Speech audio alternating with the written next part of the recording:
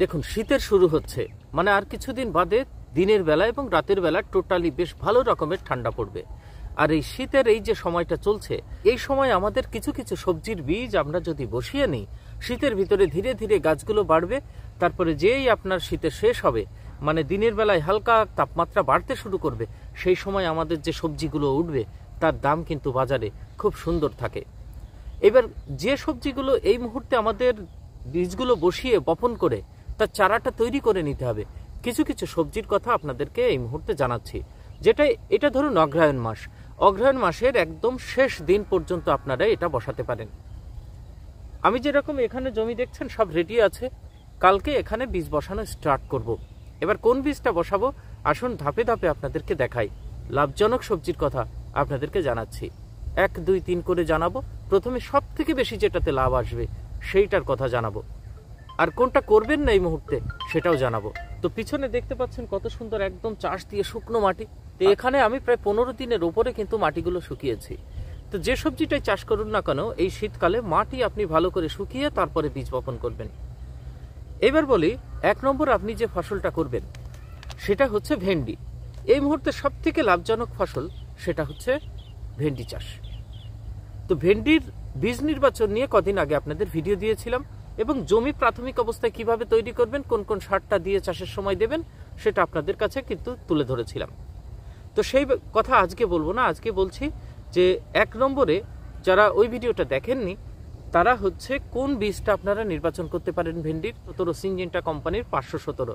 আর এই সিনজেন্টার 517 এমন একটা জায়গা নিয়ে নিয়েছে চাষিদের কাছে যে সবাই যেন 517 করতে চাই। এটা হাইব্রিড ভ্যারাইটি।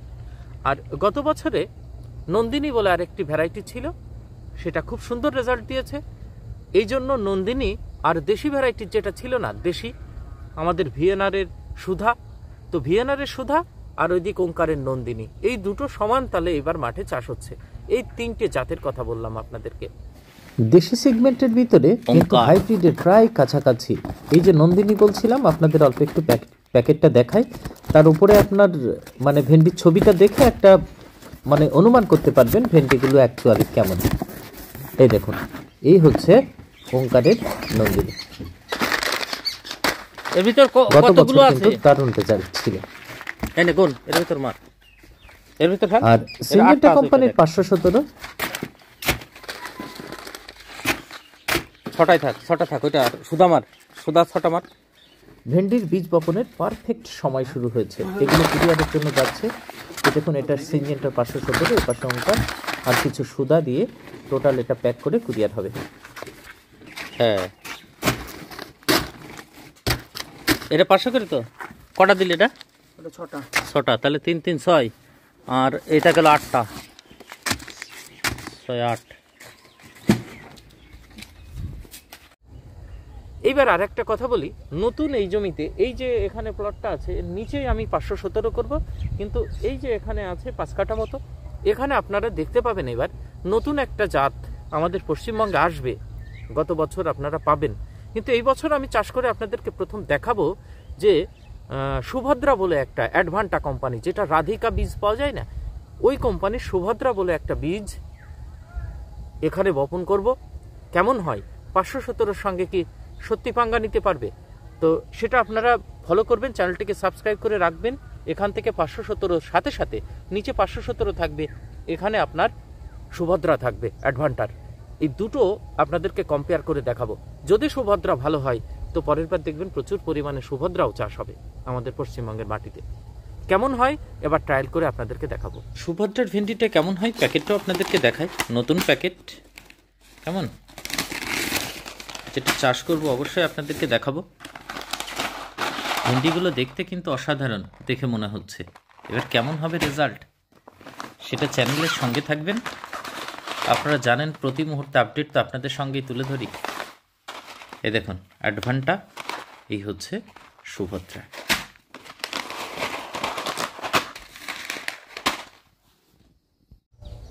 তো যাই হোক, ভেন্ডির কথা আপনাদেরকে বললাম।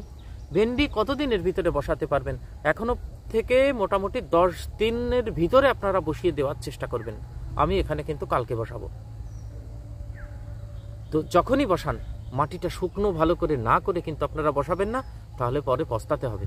ধীরে ধীরে ওই গাছ বাড়বে না, লালচেও থাকবে, আর কিন্তু মরা আপনি দেখতে পাবেন। গেল 2 নম্বর।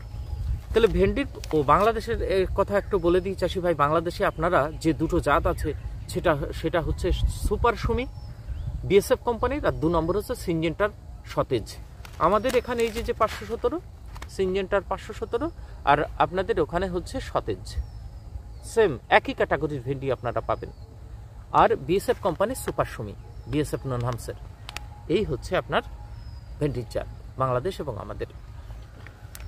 তো আর একটা বিষয় হচ্ছে, আর একটা দ্বিতীয় যেটার কথা বলবো, সেটা কিন্তু দেখবেন এই শীতের শেষে আপনার মাঘ মাসের দিকে যখন উঠবে, মাঘ মাসের শেষের দিকে, তখন কিন্তু আপনি ভালো দাম পাবেন বাজারে। সেটা হচ্ছে জালি মিট কুমড়ো যেটাকে বলে। আপনি মাটিতে করতে পারেন, কারণ এখন তো বৃষ্টির সমস্যা নেই, মাচা দেওয়া লাগবে না, সব থেকে একদম আপনার কম পরিচর্যার একটা ফসল। এখানে দেখতে পাচ্ছেন ওঙ্কারের, দেখুন ছোট্ট, এই ছোট্টটা আপনারা করতে পারেন। আর আপনাদের এলাকায় আপনাদের বাজারে যে জালিটার চাহিদা বেশি, কেউ কেউ টোটাল কালো হয়, আবার এইরকম হয় ছাপা হয় সবুজের ওপরে হালকা দাগ দাগ সাদা সাদা ছিটে ছিটে। তো আপনার এলাকায় যেটা ভালো হয়, আপনি চাষ করে যে বীজটা পেয়েছেন, এই বীজ নিয়ে কোম্পানি অত বাছার দরকার নেই। আমাদের এখানে অনেকে যে জাতটা ভালো হয় তার বীজ রাখা হয়, নিজের ঘরোয়া বীজ চাষ করে কিন্তু বছরের পর বছর ভালো রেজাল্ট আসে, এবং দেখা গেছে সেই গাছগুলো বেশি দিন টেকে এবং তার রোগ প্রতিরোধ ক্ষমতা বেশি হচ্ছে। তো এই জালি মিট কুমড়ো যাই করুন না কেন, আপনারা বসাতে পারেন। এই 7 দিনের ভিতরে আপনারা বসিয়ে চারাটা বের করে নেবেন। বেশি ঠান্ডা পড়লে সেক্ষেত্রে আপনার সমস্যা হবে, তো এটা ভিজিয়ে আপনারা অঙ্কুর করে নিতে পারেন, তাড়াতাড়ি কিন্তু বেরিয়ে যাবে। 3 নম্বর, পুঁই শাক। এই সময় মেঠো পুঁই বলে না, যেটা একদম গোড়া, মানে ঘন করে করে গোড়া থেকে কেটে গরম পড়ার সাথে সাথে সেটা হচ্ছে বাজারজাত করা হয়, 30 টাকা 25 টাকা করে কিলো বিক্রি হয়।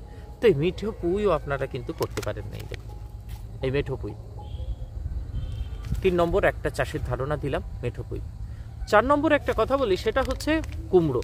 এই সময় আপনারা শীতের কুমড়ো মোটামুটি 4 হাত বেড করে বা 6 হাত চওড়া বেড করে দুপাশ দিয়ে আপনারা মাটিতেই রোপণ করে দিতে পারেন, মাটিতেই বীজটা বপন করে দিতে পারেন। সেক্ষেত্রে আপনাদের একটা ভালো বীজের কথা বলি, বচ্চনের পুরো একদম কালচে কালার হয়, কালচে কালারের আপনার 324 0324 পার্থ বলে পাওয়া যায়, এই বচ্চনের জাতটা আপনারা করতে পারেন। তাছাড়া এই যে সামনে শীত আসবে, এর ভিতরে শশা চাষ, তারপরে আপনাদের ঝিঙে চাষ, উচ্ছে চাষ, এই বীজগুলো আপনারা বসানো থেকে একটু বিরত থাকবেন, কারণ সামনে যে কড়াটা শীত পড়বে না, কড়া শীত, যারা খুব এক্সপার্ট নয় সেখান থেকে ওই গাছগুলো মানে তোলা কিন্তু খুব সম্ভব, মাচাই করলে তো মাচাতে উঠবেই না।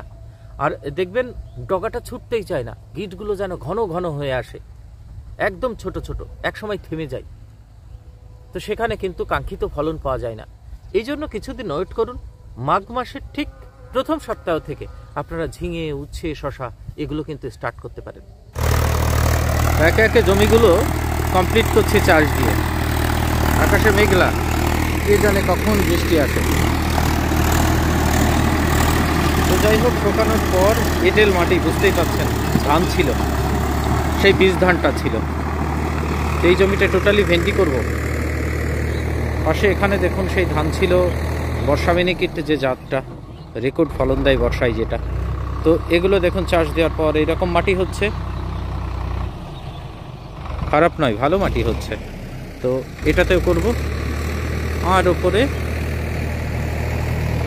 ওখান থেকে স্টার্ট করব। এই টোটাল এবার এই এরিয়াটা ভেন্ডি করব, এই এরিয়াটা।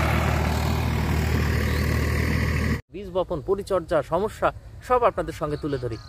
তো সাবস্ক্রাইব করে বেল আইকনটি প্রেস করে রাখবেন। আমি কালকে থেকে স্টার্ট করব, বীজ বসানোর ভিডিও আপনাদেরকে দেখাবো।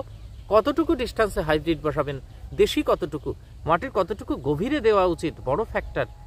এখানে কিন্তু গাছের গ্রোথ নির্ভর করবে কতটুকু গভীরে দিচ্ছেন, গাছের কোয়ালিটি, তার দেখনায় গাছ তৈরি হবে কিন্তু ওই গভীরে দেওয়ার উপর। তো কালকে মোটামুটি আমি বসানো স্টার্ট করব, আপনাদেরকে দেখাবো, ভেন্ডির ভিডিও দিয়ে দেবো। অনেক চাষি ভাই জিজ্ঞাসা করছেন আপনি কবে বসাবেন। দেখুন, আগে বসালে তো আপনারা জানেন তো ফুল ঝরে যায়, 45 দিনের জাত। এমনভাবে এমন একটা দিনে লাগাবো, গরম স্টার্ট হবে, ভেন্ডিও স্টার্ট হবে। ফেব্রুয়ারির প্রথম সপ্তাহ থেকে। তো ভালো থাকবেন, পরের ভিডিওতে আপনাদের সঙ্গে দেখা হবে।